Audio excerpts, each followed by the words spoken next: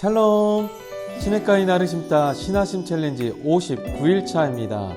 10월 15일 수요일 역대하 25장 14절부터 28절까지 말씀으로 말씀 묵상 함께 시작합니다. 오늘 본문은 아마샤가 에돔 사람을 죽이고 돌아올 때라는 말로 시작합니다. 바로 직전까지 그는 하나님의 말씀에 순종하여 10만 용병과 은 100달란트라는 막대한 손실을 감수했고 그 순종의 결과로 에돔과의 전쟁에서 대승을 거두었습니다. 그의 신앙이 어쩌면 정점의 순간이었죠. 그런데 그런 승리를 한 그가 이해할 수 없는 행동을 하기 시작합니다. 25장 14절입니다. 아마샤가 에돔 사람들을 죽이고 돌아올 때에 세일 자손의 신들을 가져와서 자기의 신으로 세우고 그것들 앞에 경배하며 분향한지라. 전쟁에서 이겼다는 것은 우리의 신이 상대 나라의 신보다 강하다는 것을 증명하는 것입니다. 그런데 아마샤는 자신에게 패배한 나라의 신들, 자기 백성조차 지켜주지 못한 무력한 신들을 전리품처럼 가져와서 자기의 신으로 섬기기 시작합니다. 이것은 합리적인 이성으로는 도저히 설명할 수 없는 영적인 어리석음의 극치입니다. 도대체 왜 그랬을까요? 이유는 단 하나입니다.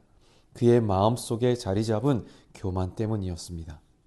그는 승리의 원인을 하나님께서 강하시다 해서 찾지 않고 10만 명 없이도 이기다니 내가 정말 강하구나 라고 인식했습니다. 그의 이름의 뜻은 하나님께서 강하시다인데 그의 이름처럼 고백한 것이 아니라 스스로가 하나님의 능력을 자신의 능력으로 착각하게 된 것입니다. 그리고 그 교만은 더 이상 그에게 하나님이 필요 없게 만들었습니다. 그는 이제 자신이 정복한 신들까지도 자신의 발 아래 둘 수 있다는 오만함에 빠져 그 무력한 우상들을 자신의 위대함을 증명하는 마치 트로피로 삼고 그 앞에 엎드린 것입니다. 이것이 바로 성공이 가진 위험성입니다. 성공은 우리로 하여금 은혜를 잊게 만들 수 있습니다. 모든 것이 하나님의 은혜였음을 망각하고 마치 내 힘과 내 지혜로 모든 것을 이룬 것처럼 착각하게 만듭니다. 그리고 그 교만은 우리를 가장 어리석은 우상 숭배의 자리로 이끌어 갈 수 있습니다. 하나님께서는 그런 아마샤를 보며 진노하셨지만 그럼에도 다시 한번 기회를 주십니다. 한 선지자를 보내 그의 어리석음을 깨우치십니다. 15절입니다. 저 백성의 신들이 그들의 백성을 왕의 손에서 능히 구원하지 못하였거늘 왕은 어찌하여 그 신들에게 구원하이까 하며. 너무나 명쾌하고 논리적 질문입니다. 그러나 교만은 이미 그의 귀를 막아버렸습니다. 그가 회개하기는커녕 진리를 말하는 선지자의 말이 채 끝나기도 전에 분노하며 그의 말을 자릅니다. 16절 우리가 너를 왕의 모사로 삼았느냐 그치나 어찌하여 맞으려 하느냐 하니 네가 뭔데 도대체 나를 가르치려 드느냐 더 말했다가는 죽을 줄 알아라. 바로 이전까지만 해도 선지자의 말 한마디에 수백억 원의 손실을 감수했던 그였습니다. 그런데 단 한 번의 성공이 그를 이처럼 완악하고 교만한 사람으로 바꾸어 놓았습니다. 사랑하는 여러분, 교만의 가장 무서운 증상은 더 이상 하나님의 말씀이 들리지 않는다는 것입니다. 듣지 않습니다.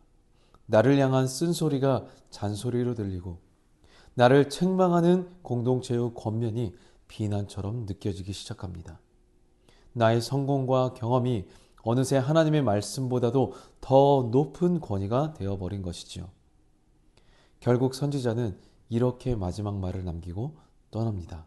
16절입니다. 선지자가 그치며 이르되 왕이 이 일을 행하고 나의 경고를 듣지 아니하니 하나님이 왕을 멸하시기로 작정하신 줄 아노라 하였더라. 회개의 마지막 기회를 걷어찬 자에게 내려진 최종적인 심판 선고였습니다. 하나님의 경고를 무시한 아마샤의 삶은 그 순간부터 걷잡을 수 없는 추락을 시작합니다. 교만에 사로잡힌 그는 아무 명분 없이 북이스라엘의 왕 요아스에게 오라 서로 대면하자며 무모한 전쟁을 도발합니다. 북이스라엘 왕은 너 같은 가시나무 따위가 감히 백향목에게 대적하려 하느냐라는 모욕적인 비유로 그를 조롱했지만 아마샤는 듣지 않습니다. 성경은 그 이유를 이렇게 설명합니다.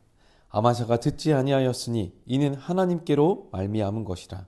그들이 에돔 신들에게 구하였으므로 그 대적의 손에 넘기려 하심이더라. 하나님께서는 듣지 않는 그의 완악한 마음을 그대로 내버려 두심으로써 그가 스스로의 교만으로 파멸의 길을 걷도록 심판하신 것입니다. 결과는 처참한 패배였습니다. 그는 포로로 잡혔고 수도 예루살렘의 성벽은 400규빗, 약 182m나 파괴되었으며 성전과 왕궁의 모든 보물을 약탈당하는 씻을 수 없는 굴욕을 겪습니다. 한순간의 교만은 그가 이룬 모든 것들을 잿더미로 만들었습니다. 그뿐만이 아니었습니다. 이 패배로 모든 권위와 신망을 잃은 그는 결국 예루살렘에서 일어난 반역을 피해 라기스라는 도시로 도망치지만 그곳까지 쫓아온 자객에게 암살당하는 비참한 최후를 맞이합니다. 여러분, 아마샤의 이야기는 너무나 비극적입니다. 그의 이야기는 오늘 성공을 꿈꾸며 살아가는 바로 우리 자신의 이야기일 수도 있습니다. 작은 성공에 교만해질 때 우리의 신앙은 한순간에 무너질 위험이 있습니다. 그러므로 삶의 성공과 형통의 순간이 찾아왔을 때 우리는 가장 먼저 영적인 비상벨을 울려야 합니다. 지금이 가장 교만해지기 쉬운 때다. 지금이 내 인생에서 가장 위험한 순간이다. 그리고 의지적으로 가장 낮은 자리로 내려가 모든 과정이 하나님의 은혜였음을 고백하고 모든 영광을 온전히 하나님께 돌려드려야 합니다. 성공의 기쁨을 누리는 것을 넘어 그 성공을 주신 하나님을 깊이 묵상하고 예배하는 것만이 우리를 교만의 덫에서 지켜주고 끝까지 믿음의 길을 걷게 하는 유일한 지혜입니다. 주님, 모든 것이 주님의 은혜입니다. 이 성공이 저의 교만이 되지 않게 하시고 주님을 더 깊이 예배하는 이유가 되게 하소서.